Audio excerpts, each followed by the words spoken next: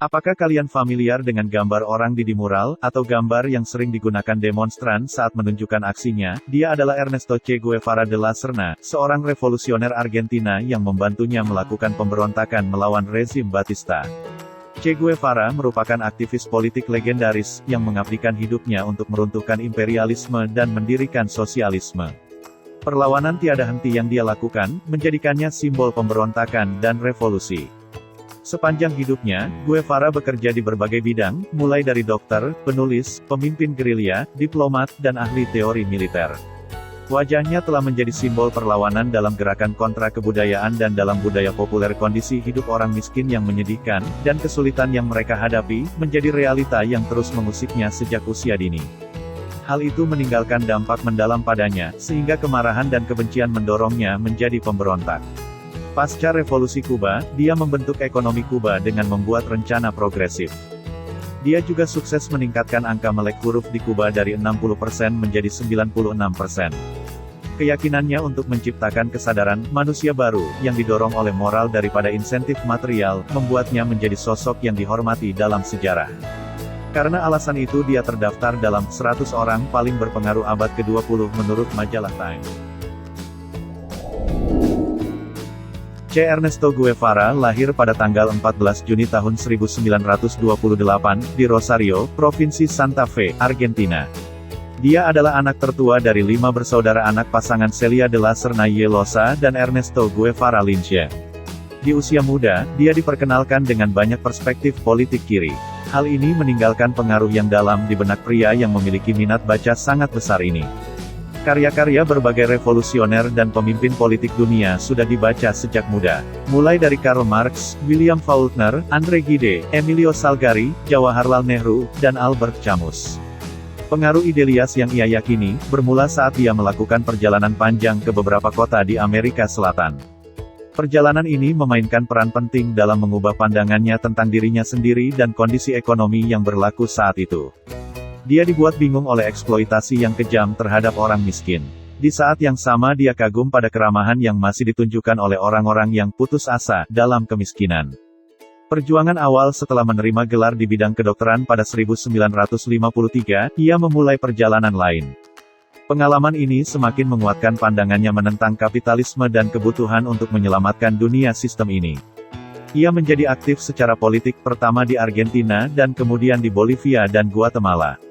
Sedang untuk menafkahi hidupnya, dia mulai bekerja di rumah sakit umum di Mexico City pada 1954.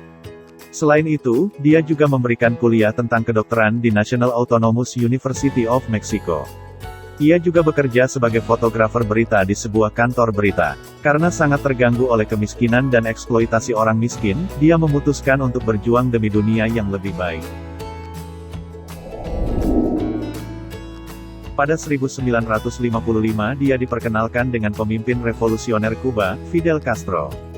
Keduanya bergandengan tangan untuk melawan imperialisme. Ia membantu Castro dalam upayanya menggulingkan pemerintahan Batista di Kuba. Untuk hal yang sama, ia memperoleh pelatihan militer dan mempelajari taktik perang gerilya. Pada 1956, pasukan yang setia kepada Castro, memprakarsai gerakan tanggal 26 Juli. Perlawanan ini bertujuan untuk mendirikan pangkalan di pegunungan Sierra Maestra. Namun, karena diserang pasukan pemerintah, hanya 22 dari 82 anggotanya yang mencapai puncak. Dalam beberapa bulan berikutnya, mereka menyerbu kamp tentara, membangun persediaan senjata mereka dan akhirnya memperoleh kemenangan atas wilayah tersebut. Setelah menguasai wilayah tersebut, mereka mendistribusikan kembali tanah secara merata di antara semua petani. Sebagai gantinya, para petani memberi bantuan untuk melawan pasukan Batista. Popularitas Castro yang semakin meningkat menyebabkan peningkatan kekuatan pasukannya. Anggota tentaranya terdiri dari para petani, pelajar, hingga pastor. Marah pada pertumbuhan popularitas tentara Castro, pemerintah Batista mengeksekusi orang-orang di depan umum.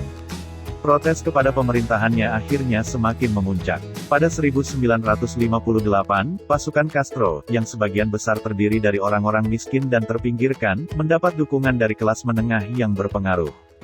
Pengacara, dokter, akuntan, dan pekerja sosial mulai bergabung di barisannya. Pasukan Castro bertempur dengan gagah berani melawan pasukan pemerintah.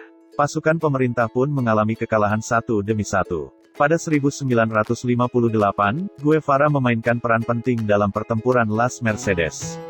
Kemenangannya berhasil menggagalkan rencana pemerintah Batista, yang berniat menghancurkan pasukan Castro. Kemudian memimpin pejuang menuju Havana untuk tekanan terakhir. Pasukannya mengambil alih Santa Clara, yang menjadi kemenangan gerilya yang menentukan revolusi di Kuba.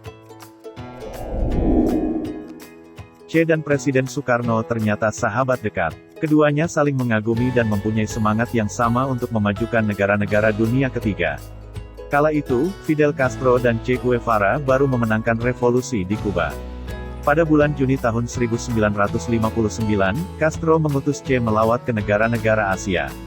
Ada 14 negara yang dikunjungi Che, sebagian besar negara peserta Konferensi Asia Afrika di Bandung tahun 1955. Tentu Indonesia sebagai tuan rumah Konferensi Asia Afrika, mendapat lawatan khusus Che. Dia menemui Presiden Soekarno di Jakarta. Keduanya berdiskusi panjang lebar soal revolusi di masing-masing negara. Keduanya cocok karena sama-sama anti-imperialis. Selain berdiskusi, Che juga menjalin kerjasama di bidang ekonomi antara Indonesia dan Kuba. Che juga sempat berwisata ke Candi Borobudur. Dia yang terkesan dengan Soekarno kemudian mengundang Soekarno untuk ganti berkunjung ke Kuba. Maka tahun 1960, Soekarno yang melawat ke Kuba. Pemimpin Kuba Fidel Castro langsung menyambutnya di Bandara Havana. Soekarno disambut meriah. Warga Kuba berdiri di sepanjang jalan membentangkan poster bertuliskan, "Viva Presiden Soekarno".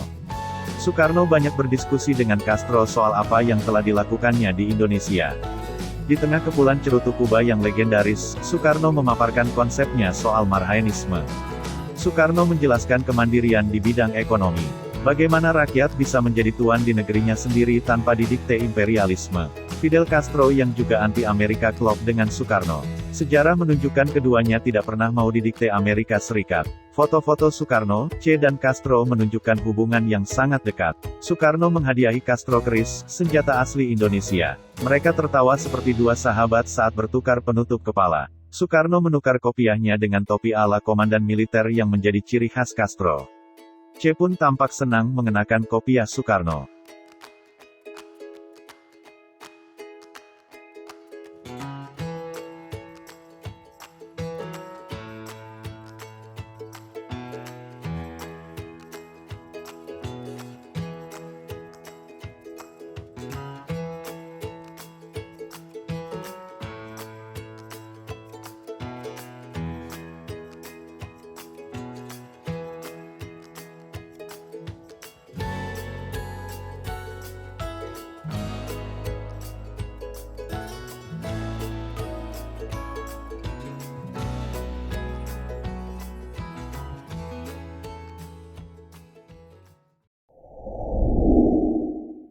Setelah beberapa waktu, dia mengundurkan diri dari tugas pemerintahannya untuk melanjutkan pekerjaan sebagai seorang revolusioner di luar negeri. Pada 1965, dia meninggalkan Kuba untuk membentuk pasukan gerilya pertama di Kongo dan kemudian di Bolivia. Tahun berikutnya, usahanya meyakinkan rakyat Bolivia untuk memberontak melawan pemerintah tidak berhasil. Usaha untuk melakukan pemberontakan di Bolivia tidak hanya gagal, tetapi juga mengorbankan nyawanya. Dia ditangkap oleh pasukan pemerintah dan dibawa ke La Higuera pada tanggal 8 Oktober tahun 1967. Keesokan harinya, Presiden Bolivia René Barrientos memerintahkan agar Guevara dibunuh. Hingga akhir dia dikenal sebagai tokoh penting revolusi Kuba bersama dengan Fidel Castro. Atas tindakan revolusionernya, dia dipandang sebagai pahlawan, budaya yang ikonik di seluruh dunia.